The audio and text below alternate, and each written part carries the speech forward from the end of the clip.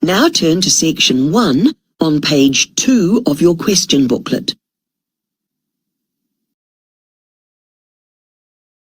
Section 1. You will hear a telephone conversation between a man who works for a library service and a woman who wants to join a library. First, you have some time to look at questions 1 to 5 on page 2.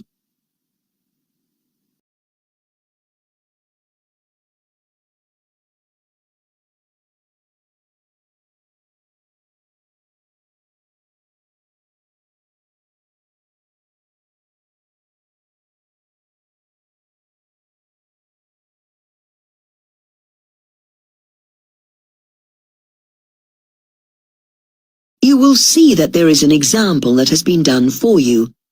On this occasion only, the conversation relating to this will be played first. Good morning, library services. Oh, good morning. My family and I have recently moved to the area, and we'd like to find where our nearest library is. We don't have a car. Right. So, whereabouts are you? In Perton, in the west. Fine. So I'll just get the details on screen for you. The woman is asking about libraries in the west of the area, so west has been written in the space. Now we shall begin. You should answer the questions as you listen, because you will not hear the recording a second time. Listen carefully and answer questions 1 to 5. Good morning, library services. Oh, good morning. My family and I have recently moved to the area, and we'd like to find where our nearest library is. We don't have a car. Right. So, whereabouts are you? In Perton, in the west. Fine. So I'll just get the details on screen for you.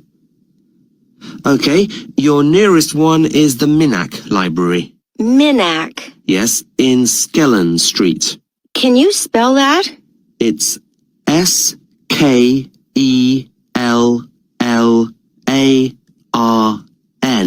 Street. Got that. It's very easy to find because it's beside a park. Oh, I think I know that area. There's a sports center near there, isn't there? I don't know of one. Oh, I'm probably mistaken. Anyway, it's probably a bit far for us to walk from home. Are there any buses? Yes, it's well served by public transport. There's a stop about 5 minutes walk away. Oh, right. And when does the library open? We'll most often want to come at the weekend. I'm afraid it's not open on Sunday. Saturday? Opens at 9 o'clock, closes at 4:30. We shut at 5 on weekdays. That's fine. Now, I've got 2 kids, 14 and 9, and I wondered whether you have any special activities for them. In our last place, we had an art club. Well, the library does run a drama club, but that would only be suitable for your younger child. It's open for 5 to 13-year-olds. A pity it's not open to both of them. Have you anything they could both go to? Well, there's no reading club that would suit them both. Oh, but there's a singing club that's held every second Saturday afternoon for children of all ages up to 16. Excellent. Before you hear the rest of the conversation, you have some time to look at questions 6 to 10 on page 2.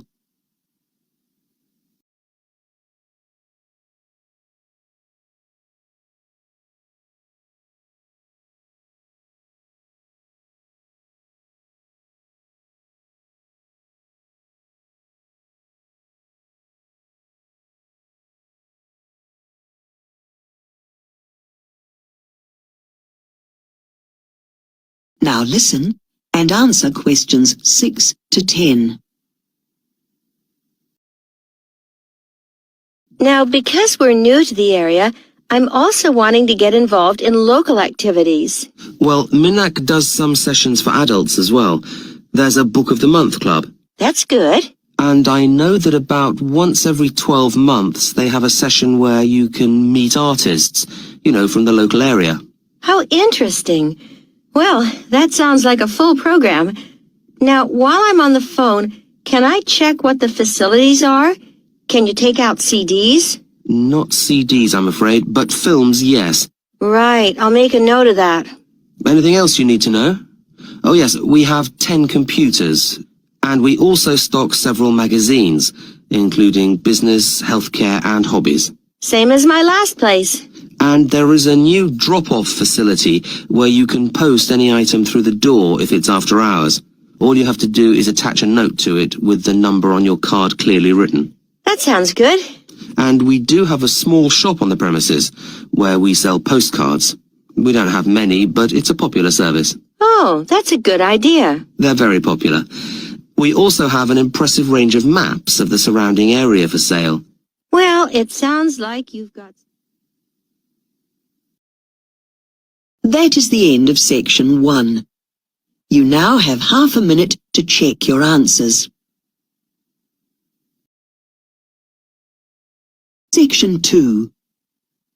You will hear the organizer of a family camp talking to a group of people who will be staying at a campsite. First, you have some time to look at questions 11 to 16 on page 3.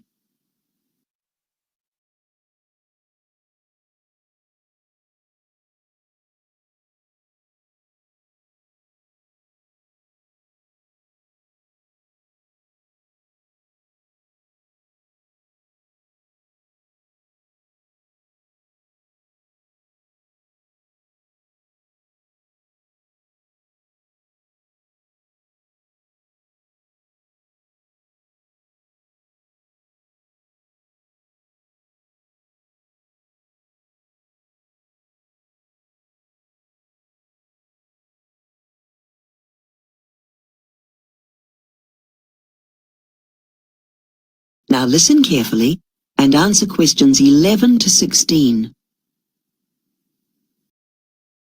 Hello everyone, and welcome to this orientation session prior to our camp next week. Thank you for coming along to find out what you and your children will be doing on this year's camp.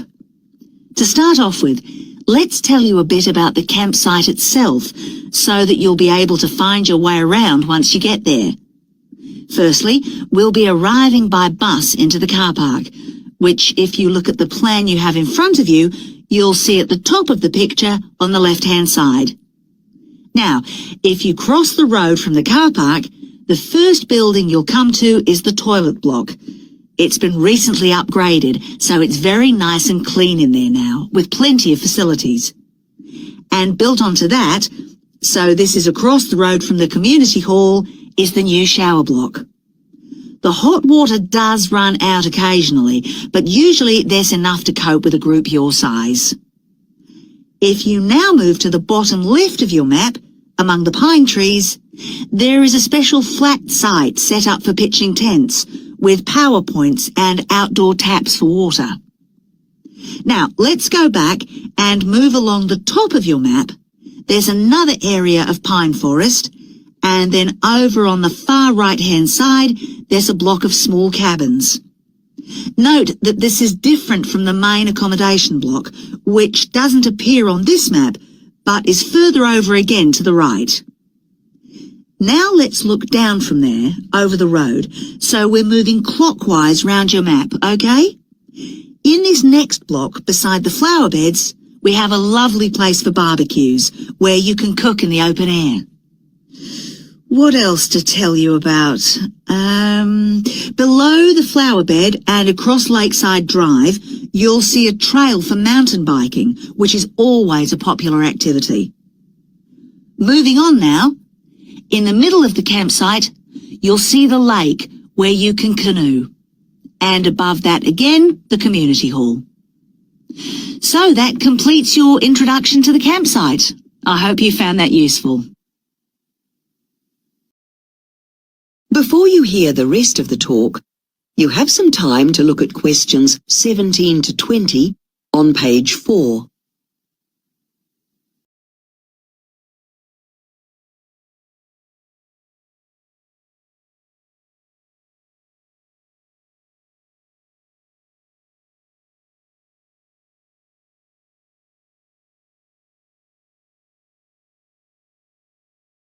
Now listen and answer questions 17 to 20.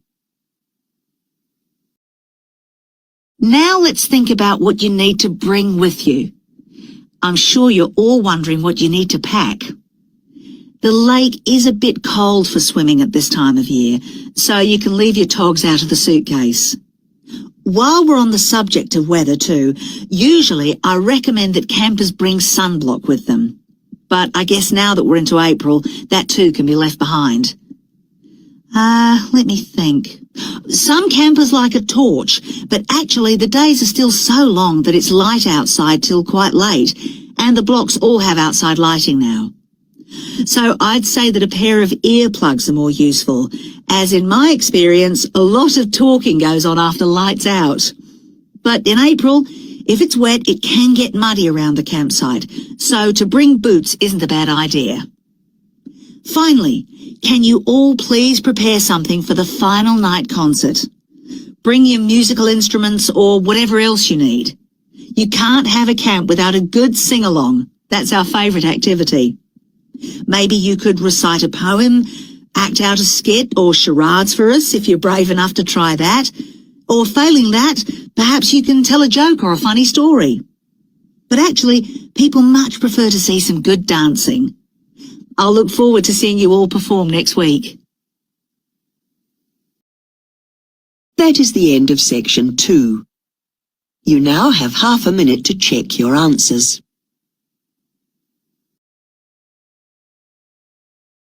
Section 3. You will hear 2 music students discussing the results of a survey they have done. First, you have some time to look at questions 21 to 26 on page 5.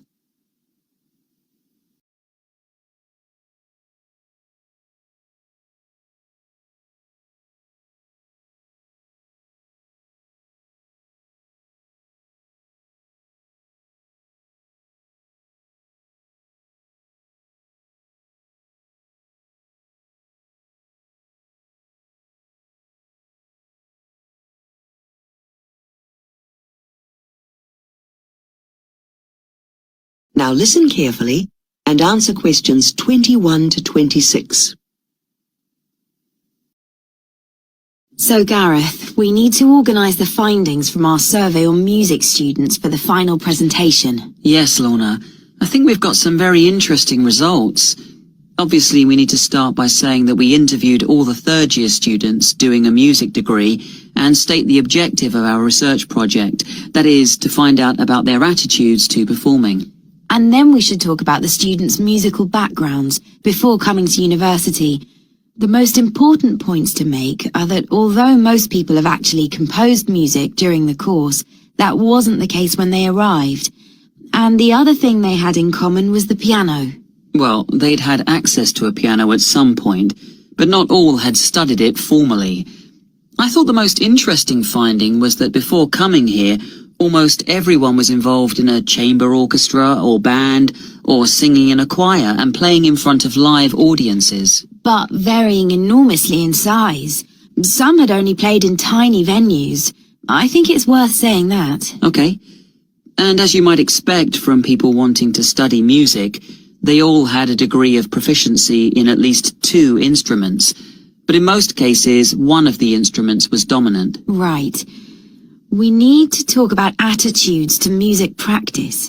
The most striking thing here is that even students who you'd expect to practice for hours every day until they get it perfect say it's being terrified of failing that really makes them practice. I know I'm the same. Me too. It's interesting what was said about practicing alone. Some people preferred that because they could focus more on their weak points. But that wasn't a majority view. What most of them agree on is that there's nothing more rewarding than mastering something that's really hard to learn. That's right. Okay, after that, we should talk a bit about the pieces that students select for assessed performances. There wasn't quite so much consensus on this, was there? A few people prefer to do pieces which are relatively unknown, while others choose the ones they think will show off their technical ability. But they were in the minority. I think the first thing to say is that a high percentage said they would always try to learn their pieces by heart, because it's too easy to get lost if you're trying to read and play when you're nervous. Okay. And quite a lot of them said it helps to listen to other people playing your chosen piece, preferably recordings, but even just other students.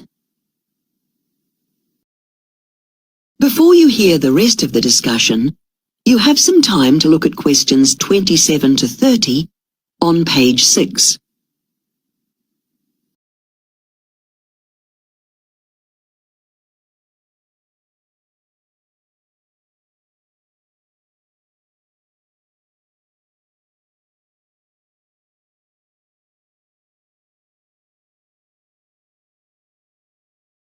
Now listen and answer questions 27 to 30. So finally, we need to look at the findings for students' attitudes to performing. We should point out that this includes informal and formal public performances as well as assessed ones. Yes, that's important. I expected to find that performing solo would make students very nervous, but in fact that isn't the case. They do find it hugely challenging to start with, but they appreciate the challenge and find it stimulating. Right. I was surprised by what students said about deciding which pieces to perform. I thought they'd all say this was easy. For me, it's always been quite straightforward. Which pieces do I like best? And which pieces can I play well? And my repertoire is quite limited anyway. But the most commonly cited answer was that it took them ages to make their minds up. I suppose it's because there are so many factors involved. You need to consider your audience, the venue, the time available to learn the piece, especially if it's complicated. You need to think about all these things, and you can't do that in a hurry. That's true. Then there's performing with musicians from a different genre, like a classical musician playing with a jazz group. That can really be fun. But most of the music students had never even considered it. Right.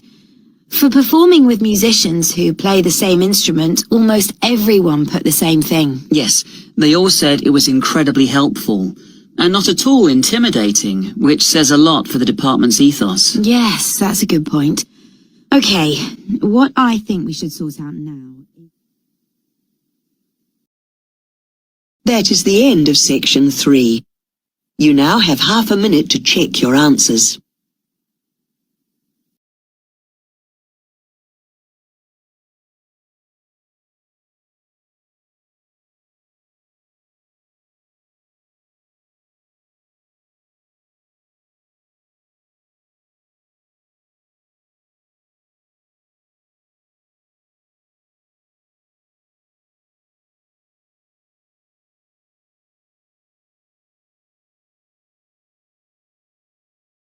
Now turn to section 4 on page 7. Section 4. You will hear a lecturer giving a talk to some engineering students about ethics in engineering. First, you have some time to look at questions 31 to 40 on page 7.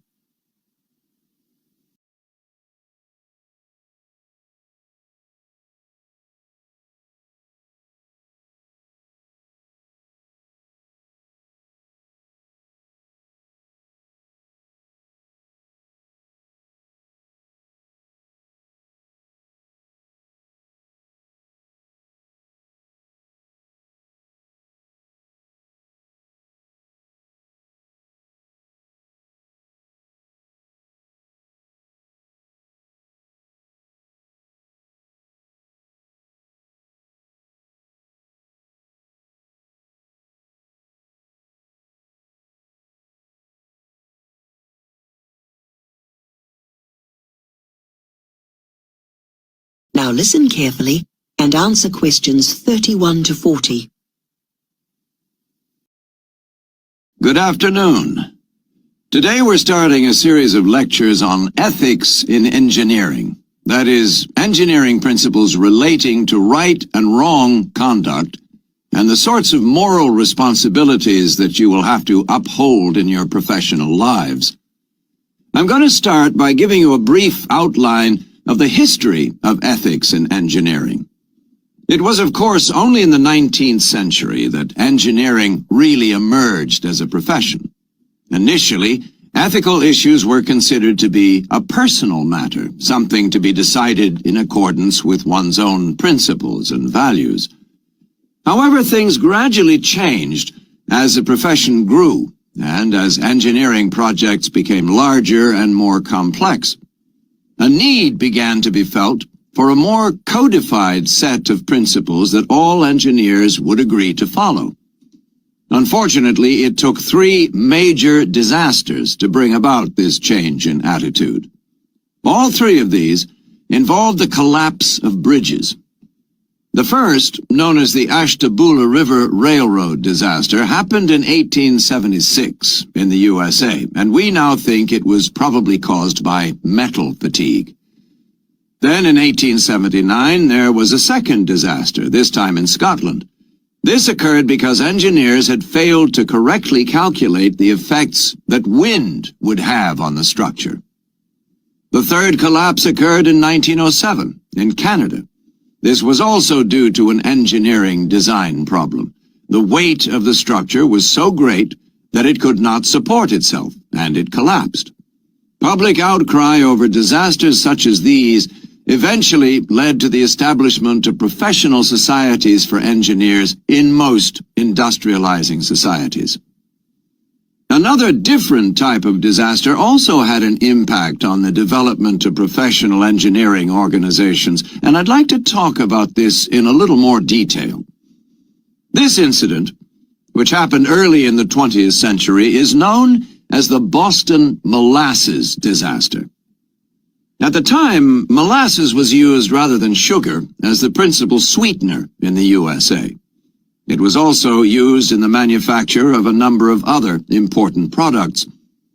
One company in the city of Boston had a large amount of molasses waiting to be transferred to another factory. The molasses, more than 8 million liters of thick, sticky liquid, was stored in a tank. Suddenly, this collapsed, unleashing a wave of molasses up to 5 meters high. Nearby buildings were swept off their foundations and crashed to the ground. The wave also swept away a considerable stretch of railway track. Many streets round the factory were covered with a thick layer of sticky brown molasses.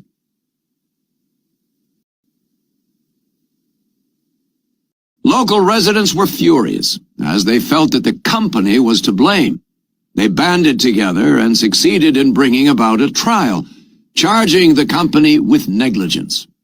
After 3 years, the company was found responsible for the accident and required to pay out in damages the equivalent of $6 or $7 million in today's money. Even today, no one is absolutely sure about the immediate causes of the accident. However, it is certainly clear that not enough safety tests were carried out. Had these been done in accordance with the standards now applicable, then the accident would almost certainly have been prevented. It seems that the collapse was probably brought about by fermentation of the molasses, which led to an increase in pressure. This increase probably exerted too much force against a fatigue crack or some other weakness. However, this was one of the main incidents which led to increased legislation in the 1920s to regulate engineers and the engineering profession. It is the reason why we can now only operate if we have gained a license. This requires us always to be conscientious about doing everything necessary to avoid disasters, however time-consuming or expensive this may sometimes seem. Let's move on now to another. That is the end of section 4. You now have half a minute to check your answers.